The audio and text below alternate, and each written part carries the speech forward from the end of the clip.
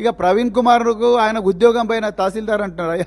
నా ఉద్యోగం పోలేదు రేవంత్ రెడ్డి గారు, నేనే ఉద్యోగం వదులుకున్నా మీలాంటి వాళ్ళ భర్తం పట్టనికే.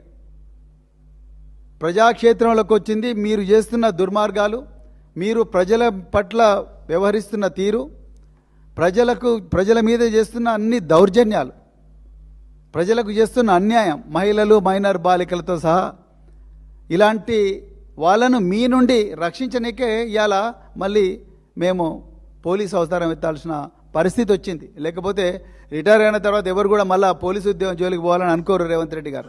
మూడవది, మీరు బాధితురాలి పేరు బయట పెట్టింది బీఆర్ఎస్ పార్టీ వాళ్ళే అంటున్నారు.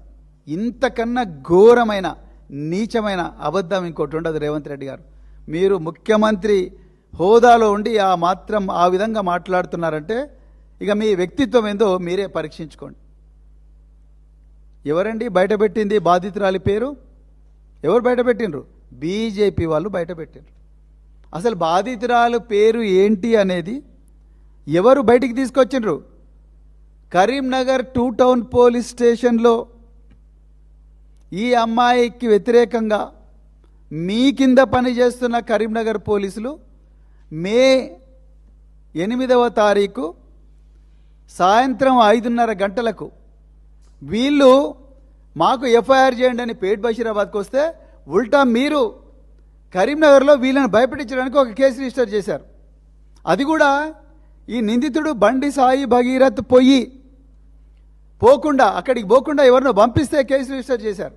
అందులో ఈ అమ్మాయి పేరు, ఈ అమ్మాయి తల్లి పేరు, ఈ అమ్మాయి తండ్రి పేరు రాసి బీజేపీ వాళ్ళు దీన్ని బయటపెట్టినరు. ఒక్క రోజైనా బీఆర్ఎస్ పార్టీ ఆ అమ్మాయి పేరు తీసిందా? మీ పోలీసు వాళ్ళందరినీ పెట్టండి, మీ సైబర్ సెక్యూరిటీ బ్యూరో వాళ్ళని పెట్టండి. ఈరోజు సోషల్ మీడియా హ్యాండిల్స్లో అన్నీ చూస్తున్నారు కదా మీరు సైబర్ సెక్యూరిటీ బ్యూరో వాళ్ళని పెట్టి చూడండి. బీఆర్ఎస్ వాళ్ళు కానీ, బీఆర్ఎస్ సోషల్ మీడియా హ్యాండిల్స్ కానీ, లేకపోతే బీఆర్ఎస్ తెలంగాణ భవన్లో ఎప్పుడన్నా కూడా మేము పెట్టిన ప్రెస్ కాన్ఫరెన్స్లో కానీ, మేము ఇక్కడ వీలుగానప్పుడు చేసిన వీడియోలు కానీ ఎక్కడైనా ఒక్క చోటైనా అమ్మాయి పేరు బయట పెట్టినామా? పెట్టలేదు. మీ సహకారంతో బీజేపీ నాయకులు, బండి సంజయ్ అనుచరులు, బీజేపీ ఐటీ సెల్ వాళ్ళు పొద్దున లేచినప్పటి నుంచి రాత్రి వరకు ఇప్పటికి కూడా ఆ అమ్మాయి పేరు బయట పెట్టడం, ఆ అమ్మాయి మీద వీడియోలన్నీ కూడా సోషల్ మీడియాలో సర్క్యులేట్ చేయడం మీరు పెట్టారు. మీ సహకారంతో వీళ్ళు పెట్టినరు, బీజేపీ వాళ్ళు పెట్టినరు. మళ్ళీ మీరు బీఆర్ఎస్ వాళ్ళని అంటున్నారు. నిజంగా ఈ కేసులో తెలంగాణ ప్రజలందరికీ కూడా తెలుసు ఏ పార్టీ ఈ అమ్మాయి ఈ మైనర్ బాలిక వైపు నిలబడ్డది, ఏ 2 పార్టీలు భగీరథ్ వైపు నిలబడ్డవి అనేది తెలంగాణ ప్రజలందరూ కూడా చాలా క్లియర్గా అర్థమైంది. ఇలా మీ ఎంపీ, మీ అనుచరుడైన మీ కాంగ్రెస్ ఎంపీ మల్లు రవి ఏమంటున్నాడు?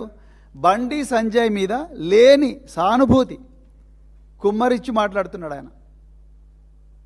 మీ కాంగ్రెస్ పార్టీ సంస్కృతి అది.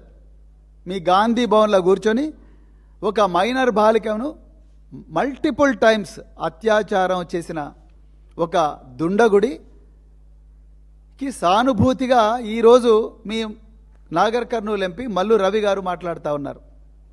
ఇది మీ సంస్కృతి, మీరు రాజకీయం చేస్తున్నారు. ఇంకోవైపు పైడి రాకేష్ రెడ్డి ఆర్మూరు ఎమ్మెల్యే, ఆయన ఈ మైనర్ బాలిక మీద అత్యాచారం అనే విషయం కానీ, లేకపోతే ఈ పోక్సో కేసు వ్యవహారం కానీ ఇదంతా కూడా బాబా మరదళ్ళ లాంటి సంబంధం అని చెప్పేసి పైడి రాకేష్ రెడ్డి గారు అంటున్నారు. ఇది మీ సంస్కృతి, ఇది మీరు నేర్చుకున్న సంస్కృతి, మీకుండే అలవాట్లు, మీకుండే సభ్యత, మీకుండే సంస్కారం, మహిళలు చిన్నారి పిల్లల పట్ల మీకుండే గౌరవం, మీ చులకన భావం మీరు మాట్లాడే మాటల్లోనే తెలుస్తున్నది. బీఆర్ఎస్ నాయకులు ఎవ్వరు కూడా నోరు జారలేదు. బీఆర్ఎస్ నాయకులు ఈ మైనర్ బాలిక కోసం రాత్రనక పగలనక ప్రతి గ్రామంలో, ప్రతి నియోజకవర్గంలో కూడా రోడ్డెక్కి ఎర్రటి ఎండలు కూడా పోరాడుతూ ఉన్నారు. ఒక్కరోజైనా మీ బీజేపీ మహిళా నాయకురాలు మాట్లాడినరా?